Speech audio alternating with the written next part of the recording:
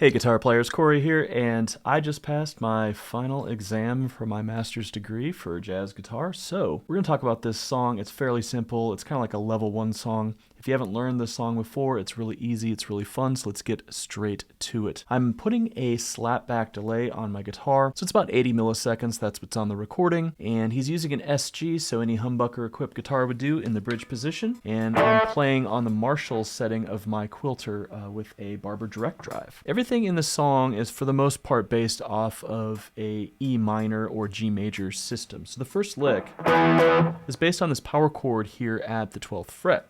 And then we're going to play an A triad, and then a G triad.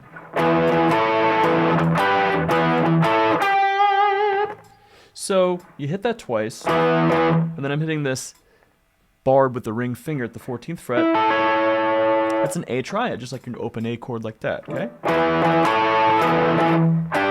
And then I'm hitting a G triad, which is just like those 3 strings of your open guitar. Then we're going to give a little bit of first finger vibrato on the G string of the 12th fret. You can kind of think of everything here as an E minor pentatonic scale. That's what's in that location there. It's also a G major scale from the 6th position. And so that's the first lick there. Now this next little section, sometimes you can hear it, sometimes you can't, but it's a little bit of a pull-off, kind of a little gliss or a glide from that 14th, pulled off to the 13th, pulled off to the 12th. Although if you listen to the song, sometimes he just slides it like that or slides it off. So in that first section of the song you saw there, I'm kind of doing a mixture of all of them. And just because you're doing one in a place of another doesn't mean you're playing the song wrong or anything like that.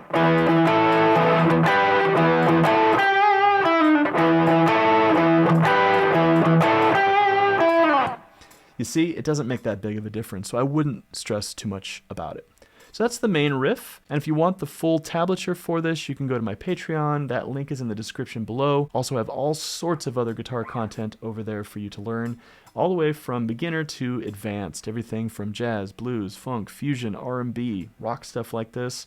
Not only tutorials, but music theory, how the guitar works, and all that stuff. So make sure to check that out. So we're going down to a C power chord.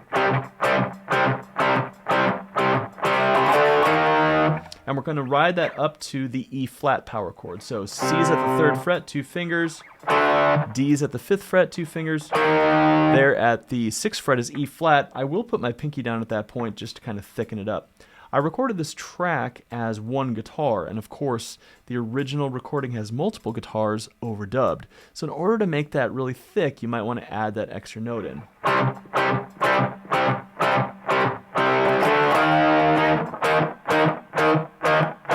And I'm palm muting that back here and stopping it so we get kind of a staccato effect. You see how my hand comes back down on top of it? For the chorus, we're going down to a G power chord,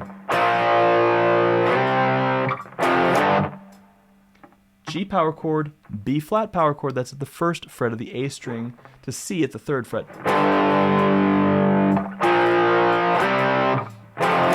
And that's really quick. Now on the original recording, you're going to notice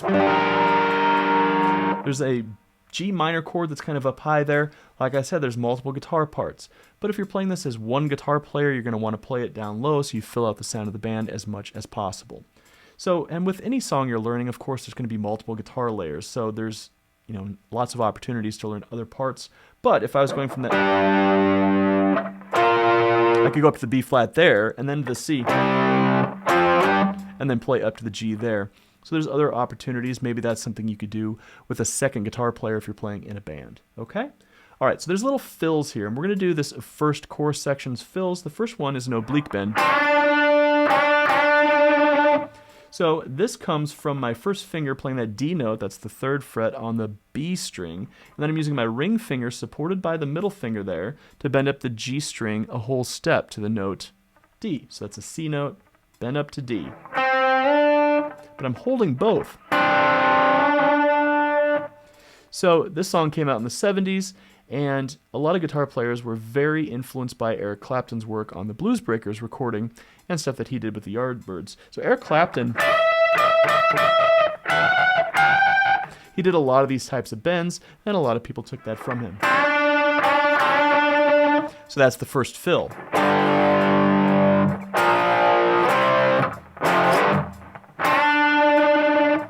The second one is a little G minor pentatonic fill. Bending that G string up a whole step, playing that C note, which is the released bend. And then my first finger is going to give a little vibrato there on the B flat note. That's the flatted third of G minor. Okay? Now the last fill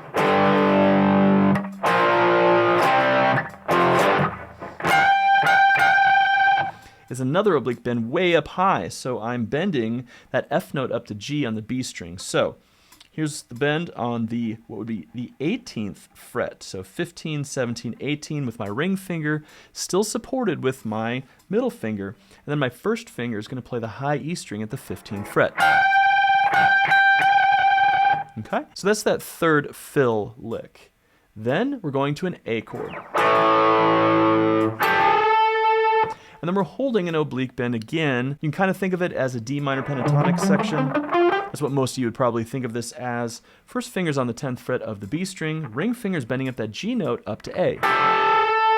In the recording, that note is feeding back for quite a long period of time. You would actually take your guitar up to the speaker of your amplifier and let it feed back for a while. I have that feedback kind of going in that opening track, but I'm going back to play that C chord. Now this is a section where we go back and forth between a C chord and a D chord.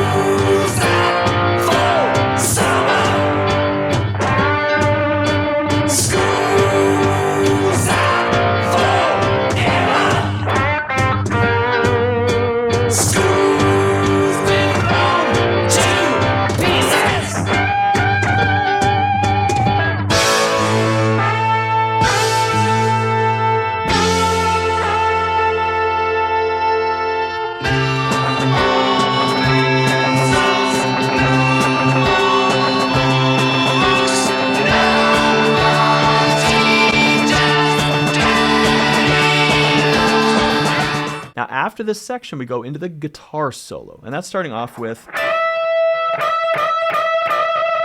one of those bends that's holding, that high E string at the 12th fret, bending up the D note to the E note. So this is E minor pentatonic, and we're getting that oblique bend on the note E.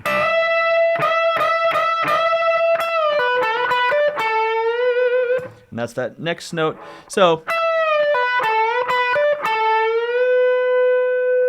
I'm pulling off that D note to the 12th fret. So that's going from the D note, that's the flatted 7th of E minor, to going to the perfect 5th, which is B. Now you're going to have to grab that G string bend with the middle finger.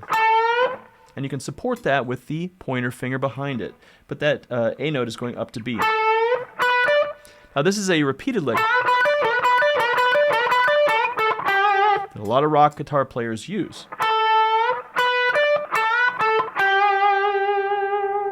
So let's take a look at that opening part of the solo.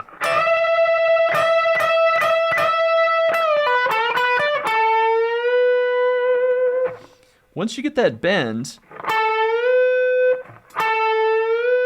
you're going to hold it and vibrato it. So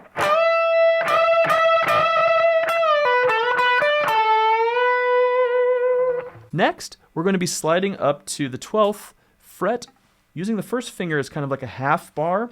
This is kind of like a little Chuck Berry lick. You're going to do 4 of these. I'm sliding from the 10th fret to the 12th fret. Then hit the 12th fret again. And then we're going to descend 1 fret at a time in a quarter note triplet. Down to the 7th fret, then slide back up to the 12th fret on the B string, and then hitting the high E string on the 12th fret. So it sounds like this.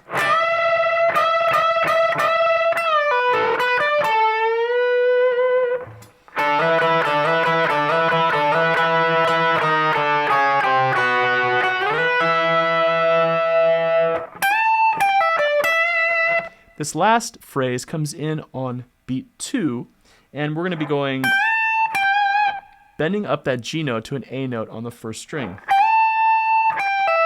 and then pulling it off. So that sounds like this.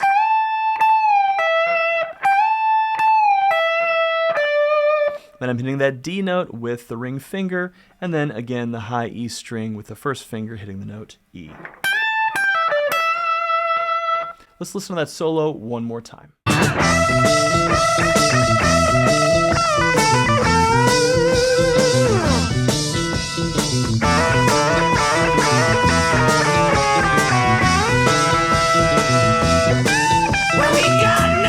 All right, well, I hope you have a great summer break, and I hope you had fun learning this song. If you enjoyed learning this song, hit that like button, consider subscribing to the channel. There's lots of other stuff available for you over on Patreon if you want to take a look over there, and I will see you in the next video. Take care. Peace.